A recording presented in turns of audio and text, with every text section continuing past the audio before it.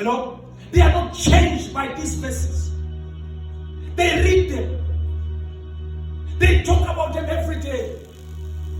They even pray about them. But they are not changed. Hallelujah. Amen. Because they don't meditate on God's word.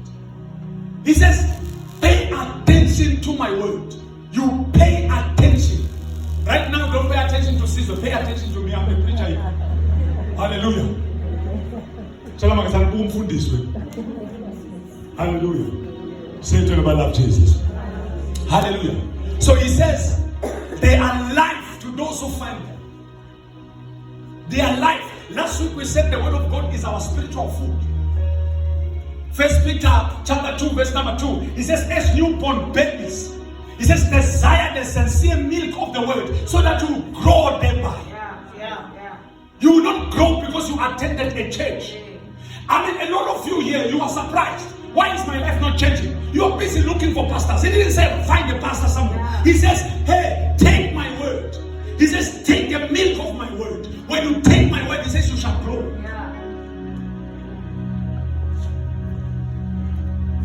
Hallelujah. Amen. I told you the other day, I said the problem is about many church folks, church people. They are doing, so much to change their lives. But they are doing less to change their hearts. They are changing masters instead of changing their hearts. They are changing churches instead of changing their hearts. Then listen, greatness, transformation does not come in changing churches. It comes when you start changing your own heart. Because the Bible says out of your heart flows the issues of life. They are not in the pastor. They are in your heart. How is your heart like? Say to them, I love Jesus. Have you ever seen people going to the mountain to fast? Fast, come back, they are the same. They go back to the same sin. And you must say, what? Abu Mama Mtandas, Abu Mama Benda, climbing the mountain with gossip. They come back still gossiping. No change of character. Because what changes people is not the fasting. What changes people is the word of God in your spirit. No, amen. Don't shut me down. I'm preaching good here. Amen. Oh, hallelujah. Amen. Say to them, I love Jesus. Jeremiah chapter 1, verse number 12. God says there, he says, I'm watching over my word to perform it. I love that. You see, another version says, he says, I am ready to perform my word. The King James, the old one says, I hasten to perform my word. In other words, I'm quick to perform my word. If it is not my word, listen, the delays are unnecessary in your life. The reason for these delays is not because God is training you. The reason for this delay is because you don't have the word of God in your spirit. He says, I hasten, I am quick to perform my word. Amen.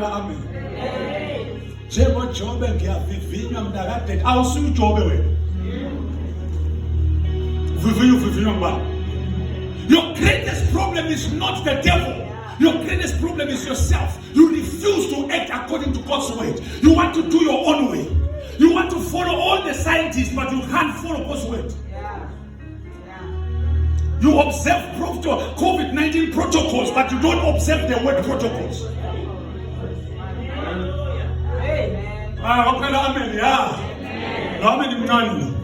You have all the COVID-19 protocols, but you don't have the word protocols. You don't respect the word. Say to them, I love Jesus. Let me tell you something. South Africa has a constitution. Hello?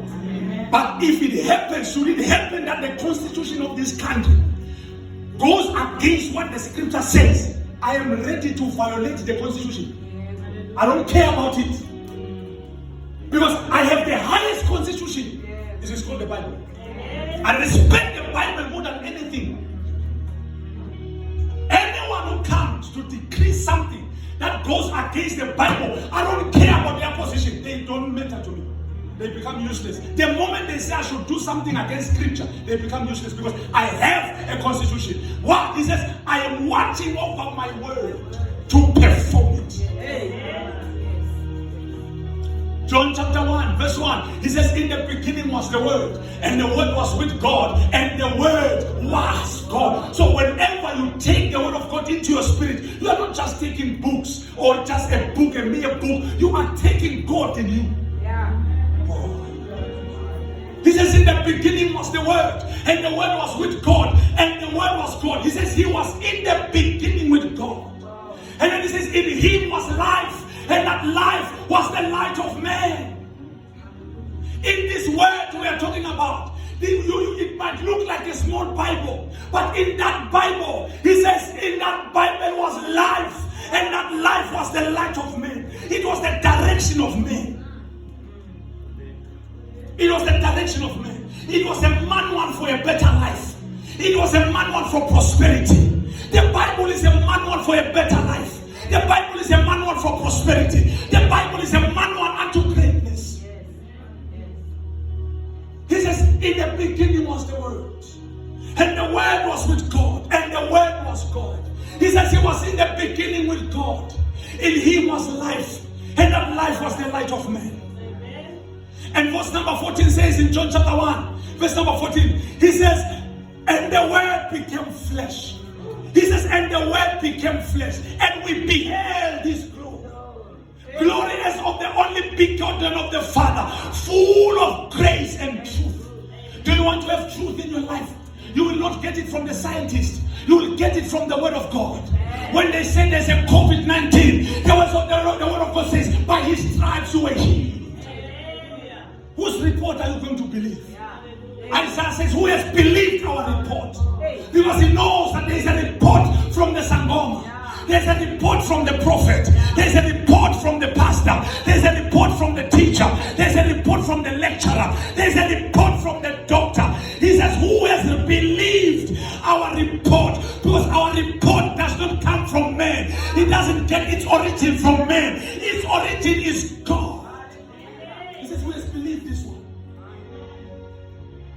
You are willing to adhere by the rules of the government, but you are not willing to adhere by the rules of the Most High God, the creator of the universe. Listen, nothing is permanent on earth. Nothing is permanent on earth. You might obey all the rules of the government, but when you die, you realize whatever you obeyed was useless, because God is the final judge. They might take you to court, but don't mind them. Jesus said, don't mind them if they take you to court for the truth, because there is only one judge who is eternal. Listen, temporal judgment is nothing compared to eternal judgment. You'd rather have temporal judgment so that you don't face eternal judgment. Can I get a better amen here? Put your hands together for the Lord Jesus Christ. I said, put your hands together for the Lord Jesus Christ. Hallelujah. I said hallelujah. He says, in Him was life, and that life was the light of men. He says, and the light shone in darkness, and darkness could not comprehend it. It means it could not resist it. It could not stand it. So when you have the Word of God in your spirit, darkness cannot stand you. Darkness cannot resist you. I mean, let me tell you something. What you have in your body, the sickness that is busy trying to kill you in your body, has killed many people, but you are not dying. Why? Because there's God in you. There's God in you. There's God in you. Say to him, I love Jesus. Say, I love my Jesus. Oh, hallelujah. You know, why do we have to emphasize on God's word?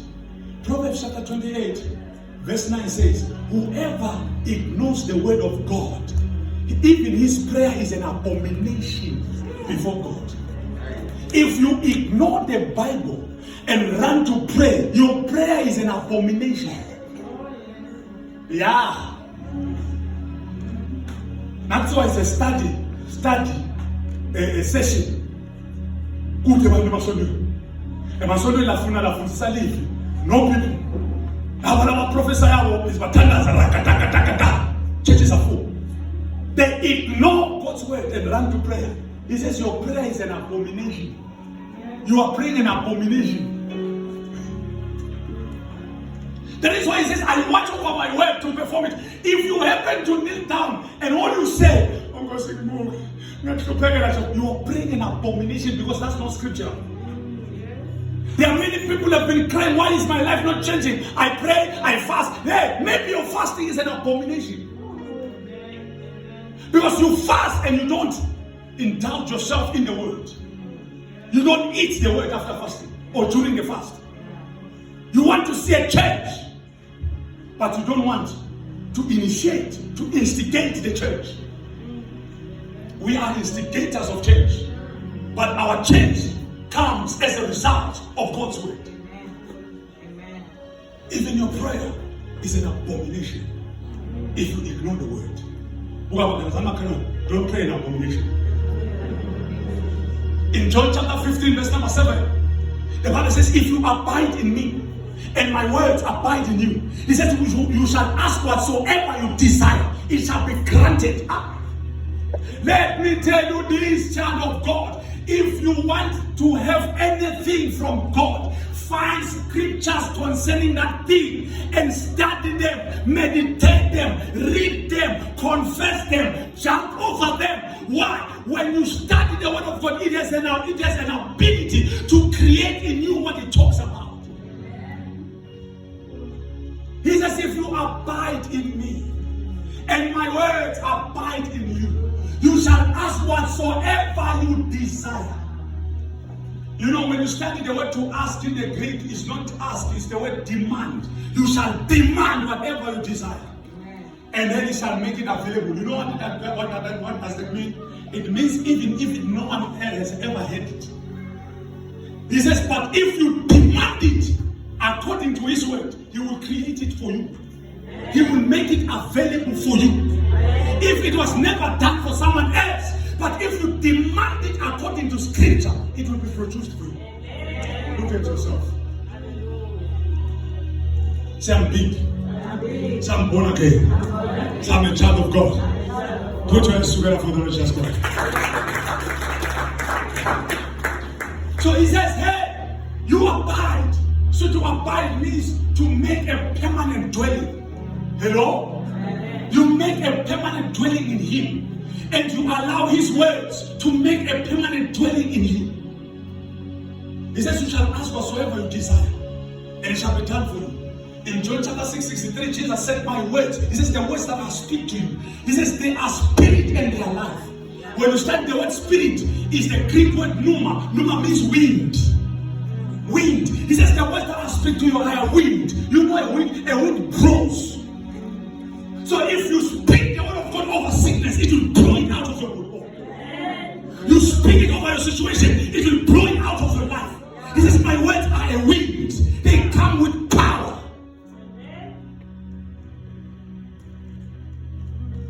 But all we do nowadays, we go to church just to jump. You are here another day. Fire is coming down. Glory is coming down. I did. Look at you.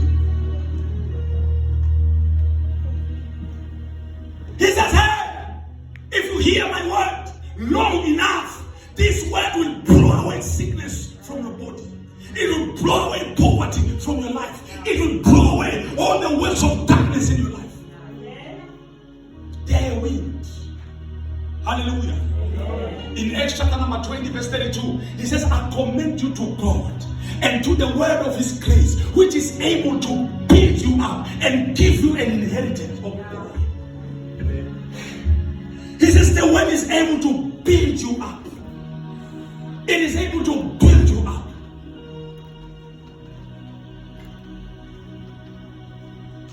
Somebody told me, she says, she was praying to God, oh God. I know some of you pray that prayer. It's a very stupid prayer, right? Very stupid prayer. But anyways, if you want to pray, pray it. She was praying, oh God, revive me. Oh God, Father, revive me. Oh, revive me. God said, you want revival? She said, yes, no. God said, go to my word. Study my word. My word carries revival. Oh, Father, change me, change my character. No! That's not a prayer. It's a waste of time. When you want a change of character, you don't pray about it. You study the Bible. When you stand there and meditate on the word it creates the character of God in you. Oh, Father, I have anger problems. Oh, help me. Oh, I can't forgive. Oh, you go to the word. You study a lot about forgiveness. You study a lot about the change of character. When you do that, the word of God, as you meditate, he says, we with unveiled faces. 2 Corinthians chapter 3. From verse 18, he says, we with unveiled faces, we are looking at the glory of God as in a mirror. He says, we are changed, we are metamorphosed, we are transfigured from glory to glory. In other words, as I look into the word, as I study the word, what I see in the word becomes part of me. I see it again, it becomes part of me. And when I see it, I am changed. So change comes as you see. Change comes as you see. When you see it, it changes you. When you read it, when you read about it, it changes you. When you hear a man of God talking about it, it changes you. Amen. Say to the word of Jesus. Okay, back on a very level phone. The revelation of evangelism. Because they didn't do it. Say to the word of Jesus. Put your hands together for the Jesus now. Can you check if I still have time? Oh, hallelujah. He says, we unveil the faces. We look at the glory of God as in a mirror. He says, when we see it, we are changed. We are metamorphosed. We are transfigured no more. We are changing states. We are changing states. We are changing states. You thought I had anger issues yesterday. You see me today, I'm full of love. You thought I was broke yesterday. You see me today, I'm rich. Wow. Because when you were busy gossiping about me, I was in my house saying, greater, greater, greater is he that is in me than he that is in the world. I am rich, I am prosperous. Am I talking to people here? He was made poor so that in his poverty I might become rich. You are busy gossiping about me. I'm busy working on my future. I'm working on my life. I'm working on my progress. Am I talking to people here? That's why I tell people my direction is only one: upward and forward. I don't have the down life. I refuse the down life. You might think I'm going down. I cannot go down. I don't go down. It's not possible. Because this is not in the word of God. The word of God does not allow me to go down. Am I talking to people here? Hello. Somebody said to me, Prophet, how were you affected by the COVID? I said, I was never affected by the COVID. He says, how was your ministry affected by the COVID? I said, my ministry was never affected by the COVID. He said, do you mean people came back? I said, no, not all of them. He said, that is what I'm talking about. I said, that did not affect me. It didn't affect my ministry. That people did not come back, it did not affect me. I don't believe even God was affected as well. Say to never love Jesus. Let me say this. There's a call for spiritual maturity. I told you last week. I said, maturity. Paul said in Hebrews chapter 5 verse 12. He says, by now you're supposed to be teachers. But you still need one to teach you the first principles of salvation. It is by now I'm expecting you to be teachers. But you are still waiting for somebody to teach you. And then what was that? In Hebrews chapter 6, verse number 1. Hebrews 6, verse 1. He says something profound. He says, let us leave the foundational doctrines and go on to maturity. Go on to perfection. Why? Why going to perfection? He says, what is it that we have to leave? He says, we must leave the doctrine of the baptism of the Holy Spirit. The doctrine of laying on of hands.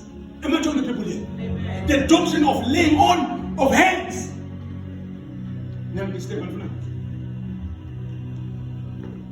Praise God. So, the doctrine of laying on of hands. He says, we should leave it aside. We should leave it aside and go on to maturity. The laying on of hands. You claim to be a spiritual mature person, but you are still complaining that pastor did not pray for you. You are a baby. You are a baby. You are not growing spiritually. Instead, you are dying. You are 10 years but you're still looking for somebody to lay hands on you. You're still looking for somebody to push you to go to church. You are a baby Christian. And God is not pleased with you. I'm telling you the truth. I'm telling you the truth. God is not happy about people who needs to be pushed every day.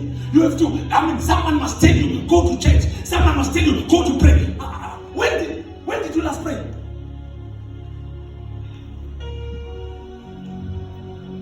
You can't pray. You can't pray. You can't fast until pastor calls for fasting in church. And you call yourself matured. I'm an elder in church. I told you that's why in this church we don't have elders, we have leaders. Because the Bible says, is anyone sick among you? Let him call for the elders. Elders don't get sick. Some of you can't even give an offering in church. Paul said to the Corinthian church, in 1 Corinthians chapter 3, he says, up until now I can't give you strong food because you are not able to take it. He says you are still in need of milk, not solid food. Praise God. Not solid food. He says up until now you are not able to take solid food. Up until now. That is why there are certain things we are not able to preach. I told you last week, I said if you want to put on the mask, it's okay. But don't tell us that those of us who are not willing, that we are wrong. We are as if we are sinning. Protect yourself. Don't force all of us to protect because we are not protected. The scientists said it themselves. They said the mask cannot protect you. Dr. Fauci said it. That's why they came up with the vaccine. Because they said the mask cannot protect you. Even the vaccine, they said they cannot protect you. Amen. So why must I now? You see? So if you want to put on mask, it's okay. If you want to take the vaccine, it's okay. But don't segregate us. Don't make us feel like we are devils. We have our rights as well. 50-50. So much namalungelo.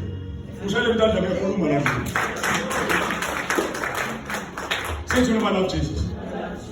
Put your hands together for the Lord Jesus. Hallelujah. Say God, amen.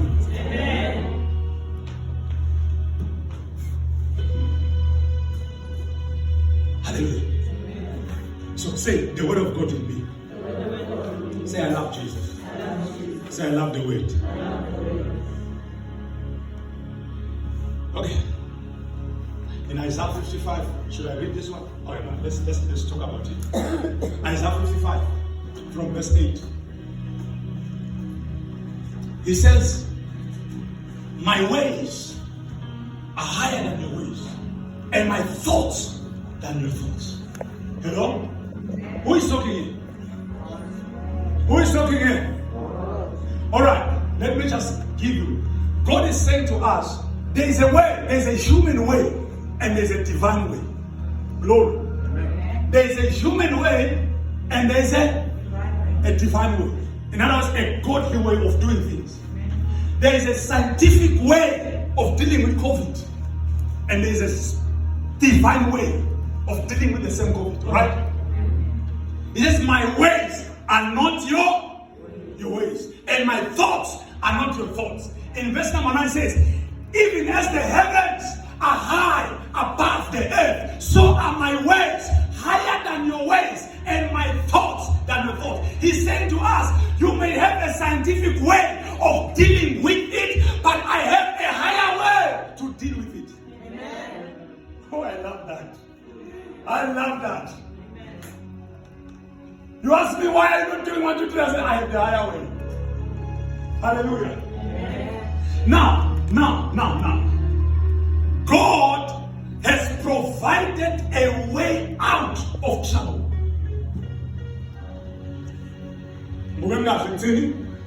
God has provided a way out of what? Of trouble. What is the way out of trouble? It is taking God's way. He says, my way are higher than the ways of men.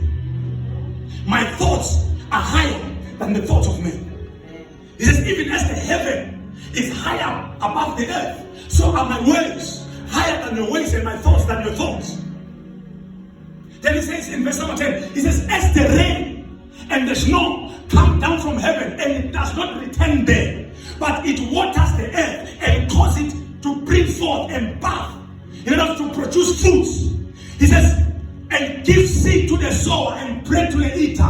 Verse 11 says, so is my word that comes forth out of my mouth. It shall not return to me void.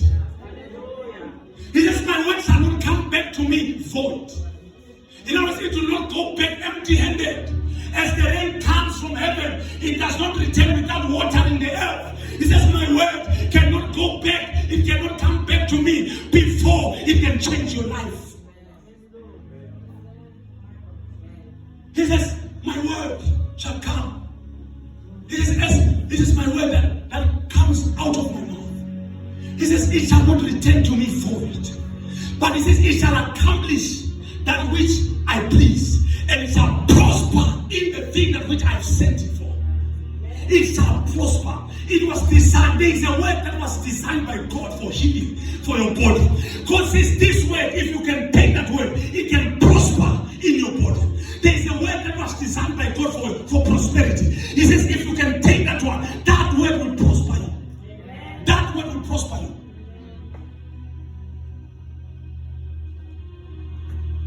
But listen, he says, I have a way out of trouble. What is the way out of trouble? He says, it's my word.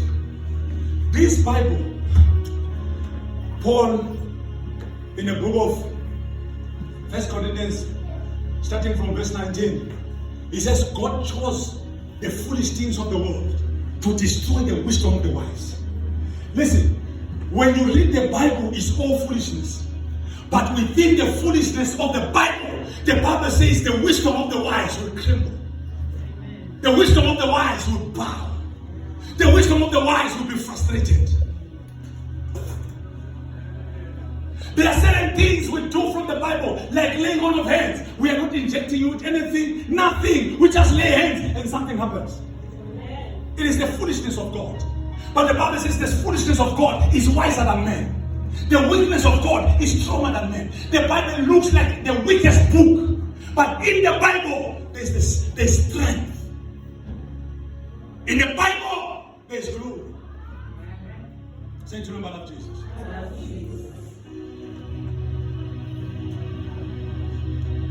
So he uses the Bible to destroy the wisdom of the wise. I heard a story of a group of scientists. They were trying to drill, going down the ground, and they dug about 4.7 kilometers, because they said they wanted to listen to the sounds of the movement of the earth. So as they were drilling, after 4.7 kilometers drilling, they put solars to listen. Instead of hearing the ground, they started hearing voices. What is that? And then one of them said, you know what, guys? I never believed in the Bible, but there was a scripture in the Bible that says, help believe. It seems that this Bible is true. They were trying to make a big solar in space. And then when they were busy trying to make a big solar, they realized that every year the solar will collide with the earth. They didn't understand why, until one of them said, hey, I remember there is a man in the Bible that was said, because they discovered that there's one day that is missing. In every year, there's one missing day every year. They were checking, why is there one missing day? They discovered that the story of Joshua was true. When Joshua commanded the sun, he said, sun, stand still until I'm done. They realized that the Bible is the truth. Amen. The Bible is the truth. Even scientists now know that the Bible is the truth. That is why, right now, let me tell you this, in 1917, you must study history. In 1917, there's a guy who's a scientist who said, for us to have control, dominion, for us to rule the earth, we must destroy this group of people called Christians because they have a serious sickness that was infected to them by a man called Jesus. Amen. They said for us to control the earth, we must first destroy the Christians. Because they are the ones who are really disturbing. Let me tell you this. The Quran cannot disturb them. The Quran cannot, Buddha cannot destroy them. But the Bible says there is a name that was given unto men. The Bible says there is no other name given unto men by which they shall be saved. The name of Jesus Christ. He said he was given a name that is above every other name. That in the mention of the name of Jesus, every knee shall bow and every tongue confess that Jesus Christ is the Lord, to the glory of God the Father. Am I talking to people here? That is why up until today they don't know what is happening. Because their plan is not it's not happening. It is not going according to their plan. By now they're supposed to be taking control over the earth, but they are not able because there's a church. They are trying to control everyone, but there are these people who are infected by a sickness called Christ. So when these people are praying, they disturb things in the spirit.